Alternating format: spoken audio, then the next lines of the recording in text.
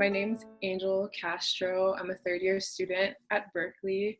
My major is poli sci, and my hometown is San Francisco, California, and I went to Burton High School. So, my high school, I would say like driving is probably 15 minutes away, and it wasn't the closest high school to me, but I chose it anyway because I wanted to like stay within San Francisco, and then where I currently live is like just right outside of like the border of San Francisco and like the district line. So I had to like apply to for like a permit, I guess, to go to school in SF, even though like I lived a block away. So I just prefer to stay like in the district that like I've been attending all my life. I didn't want to go to school in a district like that I didn't know, even though that's technically like where my address was.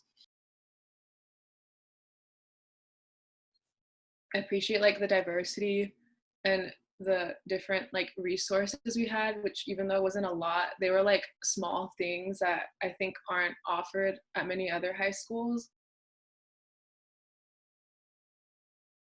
I think my school is probably like 30, 40, 50% Asian, which is like kind of standard for San Francisco, which I noticed some like other schools, there's probably like less than that. But for like SF schools, that's pretty like what you can expect to find. And then even like within Asian students, like it's not just like one demographic. Like there's Filipino students, Chinese students, Vietnamese, and like other Southeast Asian students. I think like the Latinx population at my school was maybe like 10 to 15%. Maybe the Black student population was like 10% or under. And then like the Pacific Islander population was like, I don't know, 3 to 5%, which is more or like more, it's kind of like typical, I guess, for the area was in, considering like my school's like neighboring districts, not districts, but like areas, neighborhoods where like have a large population of Polynesian people. So I would say like there's a good diversity in that way. There wasn't like many white people, so I guess if you were to like consider non-ethnic groups, like it wouldn't be diverse in that way because there's probably like a handful of white people in my school. So I don't know if you would still count that as diversity. And then as far as like socioeconomic diversity or like background, I felt that it reflected mine and like others. I feel like everyone at my school was pretty much like on the same level of being like working middle class, or like even some kids being like around or below the poverty line, if I were to guess. Because I wouldn't say like by any means people at that school are like affluent or like wealthy, or like I think everyone came from like similar backgrounds. So in that sense, it was kind of more or less the same. And then culturally, I think a lot of students were either like first generation Americans or like second generation.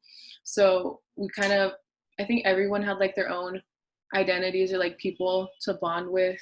And that, at least for me, like since I'm mixed, like there was also like Latinx students there that like I could relate to. And then also like a good amount of like Polynesian students there too. So I felt like represented and like had people I could talk to in that sense. I think the diversity from my school benefited or like continues to benefit me, even though like I'm no longer attending there, obviously. But I think in like being able to see so many different backgrounds and like people's culture, just like race, at first it wasn't something that I thought of. I was just like, oh, this is like pretty much standard. Like this is how my schools have been my whole life. Like I'm always used to seeing different types of people in like the same classrooms, and like just going to school and like having friend groups where it's not like just people of one race, but like we're all just different backgrounds coming together.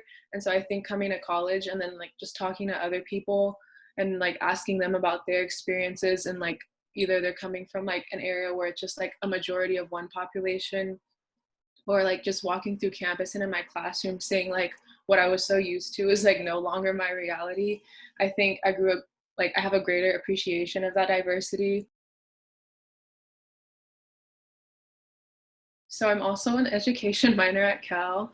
So I've been able to like have a more, I guess, in-depth understanding of like what education is, or like the educational systems.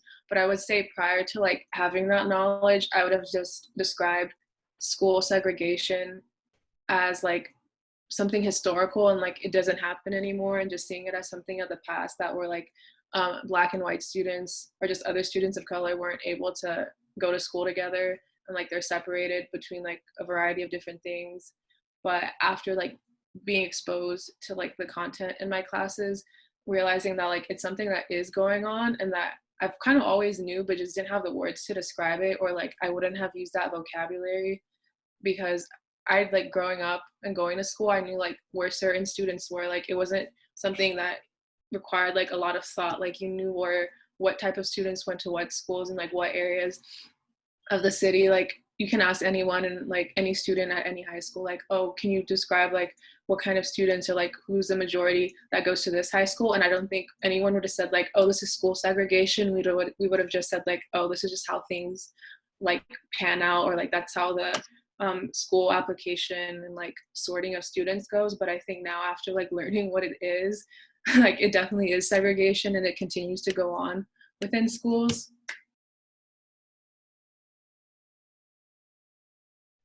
Um, I think it happens for like a variety of reasons that are like historical, political, institutional, and like cultural, and just there's like so many different things that I guess go into school choice and like how schools are segregated. And I don't know how to explain it, but there's just too many things that go into it. But I think it's definitely like a continuation of like the Brown versus Board decision, and like how desegregation in schools has been attempted and then has kind of fallen back or like not been as successful, because we still see like so many inequalities in like testing, public education, where like students are able to go to school, what resources they have.